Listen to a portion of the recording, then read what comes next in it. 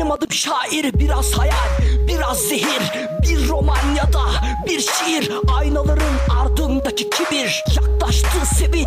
Ekip otosu, bakışlar bende, içimde kuşku, kör noktada. Ekibim korku, bu sefer kim? Ezdi kanunu, savaş alanı burası. Korkusuz askerlerin korkusuz kuralı. Damarlarıma intikam tıkalı, kaybetmeyeceğiz bu savaşı. Saltanatını yıkarız aslanım, sanatını da yaparız adamım.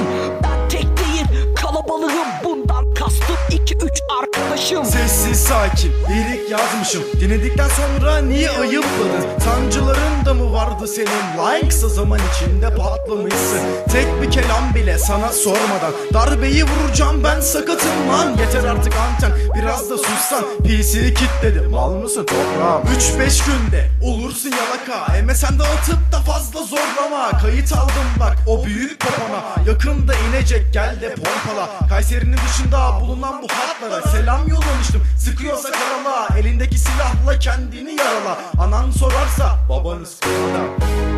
Hey oğlum, sen niye geziyorsun hala Kayseri mekanında?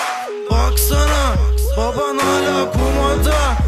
Gel vote gel, kayıda giriyoruz oğlum.